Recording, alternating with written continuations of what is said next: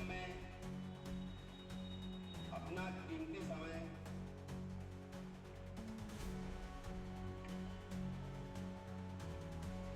आज जो आपने मुझे शादी मानो चलती है, अरे वहाँ अपन अपनी बेटी कैसे देंगे, वहाँ से बेटा कैसे लेंगे, अरे तो गुजराती है वहाँ पे अपन अपना बेटा की शादी वहाँ कैसे कर सकते हैं। तो राजस्थान, उत्तर प्रदेश, वहाँ पर सब बातें ही आती हैं। अपने अपने क्षेत्रों के अंदर बंधे हुए रहते थे, चाहे हम ग्वालियर के हों, चाहे निमाड़ के हों, चाहे अपने झांसी के हों, ऐसे बहुत सारे क्षेत्र हैं जहाँ बंधे रहते थे और वहीं अपने शादी ब्याह होते थे। लेकिन अब धीरे धीरे चल के अपन लोगों ने वो दीवारें तोड़ दी हैं और प्रदेश में तो हम सब एक हो ही गए हैं, क्योंकि संत श्रोमणी रविदास अनुयायी समाज बहुत बड़ा समाज। घंटिका 14 के अंदर लगभग 17-18 उपजातियां हैं जो पहले एक नहीं होती थी और केवल अपनी जाति में ही वो शादी में करते थे। कुलीन समाज के लोग कुलीन में करते थे, सूर्यवंशी के लोग सूर्यवंशी में करते थे, जाटो समाज के लोग जाटों में, अहिरवार के लोग अहिरवार में। तो ऐसे जो है निमाड़ी तो निमाड़ी उसी में करते थे, कोई मुझे समाज के लोग केवल वही शादियां ब्याह करते थे। लेकिन अब जो है बहुत बड़ा दिल हो गया है और अपन लोग के लिए बहुत खुला मैदान अब हो गया है, क्योंकि अब अपने बच्चों के लिए शादी के लिए अच्छी सीता के समान वधू चाहिए और बेटी के लिए राम के समान वर चाहिए।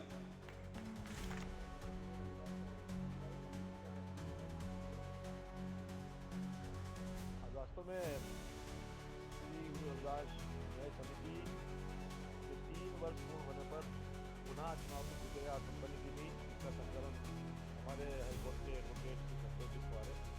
और अभी जी कोटिया जी के माध्यम से बकायदा नामांकन किए गए और उन नामांकनों का अनुमोदन भी हुआ और सब लोगों ने अपनी सहमति जता करके अध्यक्ष श्री अंबाराम चौकटे जी के नेतृत्व में काम करना स्वीकार किया है। ये समिति बहुत अच्छा काम कर रही है और मैं समझता हूँ कि संत रविदास अनुयायी समाज को एकजुट करने के लिए अपना महत्वपूर्ण रोल अदा कर रही है। खासतौर से महिलाओं के लिए सूचित करने के लिए कविता जी बड़ौदिया जी जो कि पूरा काम देखती हैं और अभी उनको उपाध्यक्ष की जवाबदारी मिली है, बड़ी तेजी के साथ में महिला संगठित होकर के एकजुट हो रही हैं और समाज में बढ़ चढ़कर भागीदारी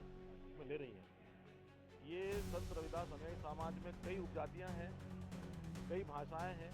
कई प्रदेश हैं, इन सबको तोड़ करके एकजुट करने का ये बहुत ही शानदार और जानदार प्रयास है। मैं शुभकामना देता हूँ सभी नवनियुक्त पदाधिकारियों को जिनको दायित्व में मिला है, वो निश्चित रूप से बहुत अच्छा काम करेंगे और समाज को एकजुट करने में सफलता पाएंगे। मैं सूरज केरो, मैं राष्ट्रीय कोषाध्यक्ष भारतीय जनता पार्टी अनुसूचित जाति मोर्चा और राष्ट्रीय महामंत्री श्री गुरु रविदास महापीठ अध्यक्ष अहिरवार समाज परिषद सत्यनिष्ठा से ये प्रतिज्ञान करता हूँ कि क्या प्रतिज्ञान करता हूँ कि समिति के संविधान को नियमावली को और भारत के संविधान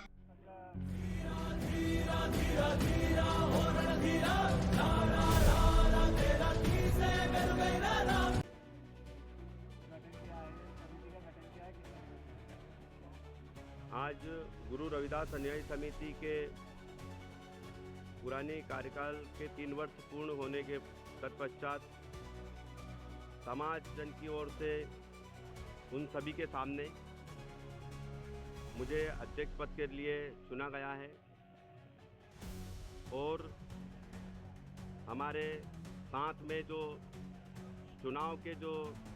एक मंडल बनाया था, उन सभी ने, समाजजनों ने, जितने मेरे साथी सदस्यगण महिलाओं को, पुरुषों को जो दिया है, वो हमने सब स्वीकार किया है।